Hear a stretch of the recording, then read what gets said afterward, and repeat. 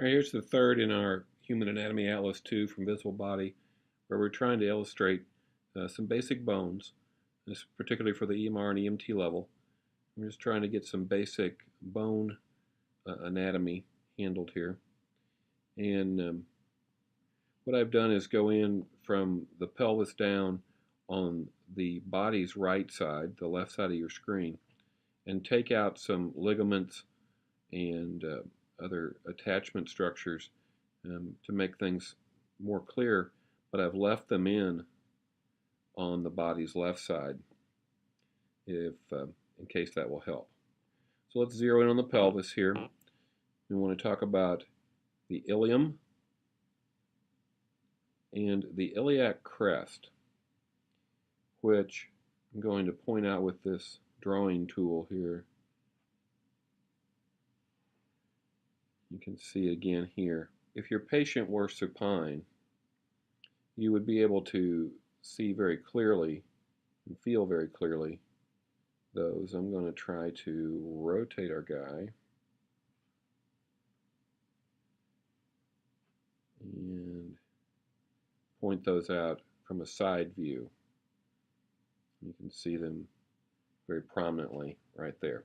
So iliac crest, landmark on the ilium, landmark on the pelvis that we use for assessing stability of the pelvis. Another big bone in the pelvis that we need you to know is the ischium, and of course one on each side, and there's the pubis in between. But the ischial tuberosity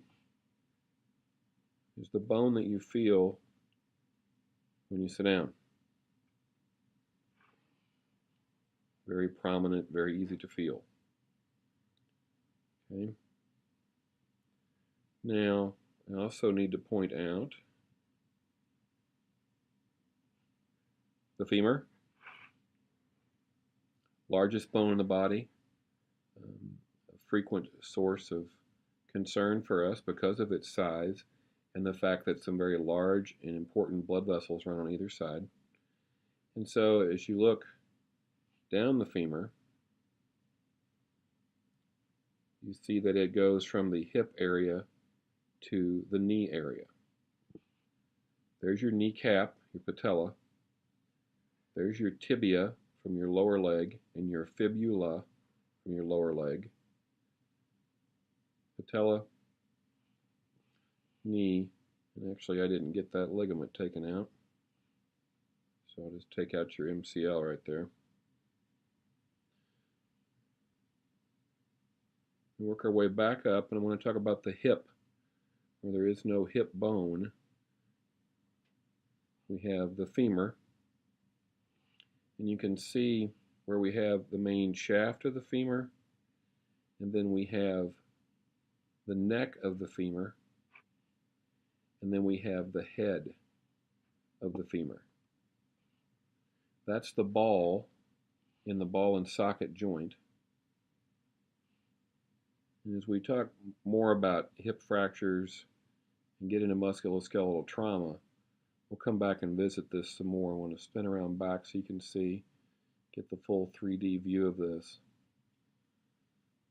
But there is no hip bone. It's just that your femur has a shaft, a neck, and a head to it. As we work our way down, again, going by the kneecap, the patella, the large bone in the lower leg, which is the tibia, and then the smaller bone in the leg, the fibula. And very similar to what we had with the hip, there isn't particularly an ankle bone. You see the distal end of the fibula makes up the lateral area of the ankle, and the distal end of the tibia makes up the medial aspect of the ankle. There's your talus, and then you have tarsals, which then become metatarsals, and then, as I get this right, and then you have metatarsals, tarsals, and then the phalanges. And similar to what you had with fingers, the distal bones in the fingers are known as phalanges. And then you have metatarsals and tarsals. And ankles are complicated, although not as complicated as wrists. But you can notice there's a number of bones in there. We're looking for calcaneus, the heel bone, tarsals, metatarsals, and phalanges.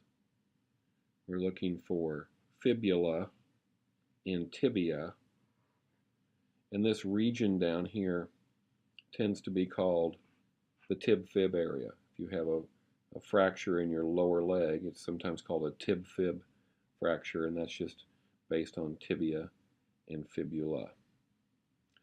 Okay, so that's lower extremity: femur, patella, tibia, fibula, calcaneus, tarsals, metatarsals, phalanges. Upper extremity: radius, ulna, humerus, olecranon is the elbow. In the pelvis, we have ilium on both sides, ischium underneath that, the pubis connects them. In the spine, we have coccygeal spine, which has 4 fused vertebrae. Sacral spine has 5 fused vertebrae. And then lumbar spine has very identifiable individual vertebrae. Work our way up into the thoracic with 12 vertebrae, cervical with 7 for 33 total. Manubrium, sternum, xiphoid, clavicle, again humerus. As I spin our guy around here, scapula, the shoulder blade in the back. And then cranium as a whole. Realize that there's various regions in that cranium that we'll explore deeper at a later time. Mandible, maxilla. Additional facial and skull bones that we'll explore at a later time. So that's our major bony anatomy over a course of about 3 little video lessons, and that's pretty much outlines the got to know this sort of stuff objectives for EMR and EMT.